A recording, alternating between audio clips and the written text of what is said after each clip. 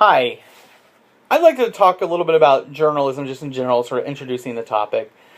To begin with, this is a journalism class, and so we will talk about journalism, but I do think the skills we learn in writing go beyond journalism. So, I'm kind of, and my background is in newspapers, and so sometimes I kind of focus that way, although, the skills are the same for, if you want to do radio or TV or you want to do blogging or anything else. But I kind of want to talk a little bit about just sort of in the past. I think the book does a great job of saying, in the past, it was like you got out of school, there were newspapers, and or a TV station, and you got the entry level job. Eventually you got promoted, and they hired somebody else right out of college, and and that's just kind of the way it worked. You just sort of worked your way up the line. And today, the opportunities for journalists are kind of all over the place, and having a journalist background is actually beneficial, even if you study things like business or education or other things, because with desktop publishing programs and other things, a lot of companies, want to hire somebody who has a dual role.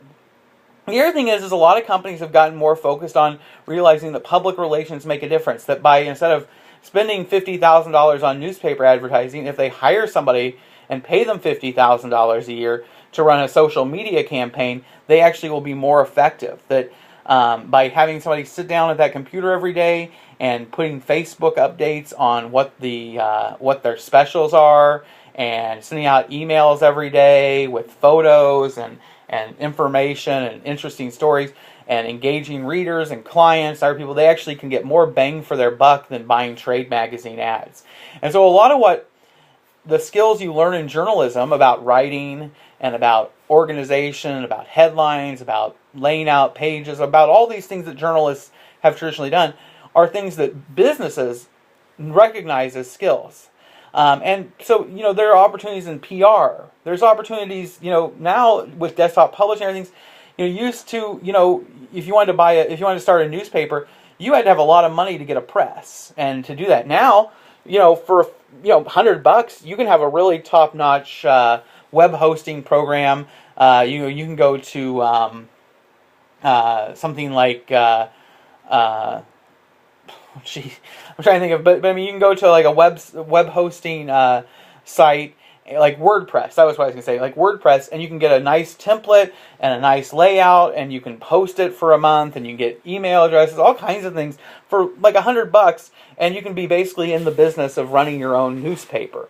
Whereas you don't have to buy a press, you don't have to buy any paper, you don't have to buy any ink, you don't have to hire writers. I mean, you could be publishing and just sitting down at the coffee house, spinning out stuff, and actually, if you can do it in an engaging way and spend the time on it, you'll actually create a following. And so there's a lot of opportunities. And some people who move up very quickly are ones who take risks and do that. Just to give a couple of examples of this, of how businesses use it. I have a cousin who she works doing the social media, and she also lays out the menus for a restaurant company that owns about 20 or 30 restaurants throughout sort of the St. Louis region, but I mean, they have some in Bloomington. I don't think they have any in Springfield.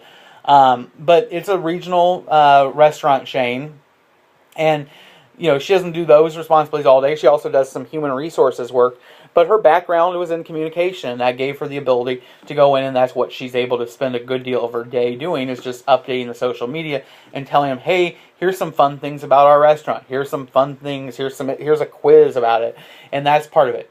Another guy I know is a very well regarded sports journalist. He has a column in some major sporting magazines, and has one of the most widely read sports blogs. And he's a guy I went to high school with. He was actually friends with my brother. But he actually got a job as a copy editor for the New York Times, and he quit the job because he wanted to start up a little website. And he ended up, that kind of went a little bit, and I think they sold it, and then he didn't have a job for a few years. He kind of bumped around just writing here and there and doing stuff. And finally, after several years, he, with just doing startups and learning the skills, he eventually got his own website. He has several books. He's very well regarded. I mean, pretty well respected in his career. And, it basically came from just taking risks and going out there and starting stuff on his own. He got a lot of skill that way. And so there are a lot of opportunities. Now, with all that said, I can't sugarcoat this too much to say, you get out of school, you need a job, you want money. Sometimes convincing a business that they need to hire somebody if you don't have a second skill or you don't have, these things. I think these skills you learn in journalism are great, but, you also have to realize that, most newspapers and magazines and TV stations have faced ad revenue issues. They faced the changing way in which people get news. They get it online, and they haven't found good models to earn the revenue they want to make off that. And so as a result, they've frozen wages like at the State Journal Register. They've cut positions. You walk into the State Journal Register's newsroom, and there's like 15 empty desks at the front. And it is, I kind of think, depressing. And the case is that, that is just sort of the way that these things are. But with that said, I mean, so, you kind of have to keep in mind that there are a lot of sad news. Their salaries are lower, jobs are being cut, etc. But there are also a lot of great opportunities. And some of these skills are things that you can use in a lot of other areas. And so being able to write is something that can help anybody in any career.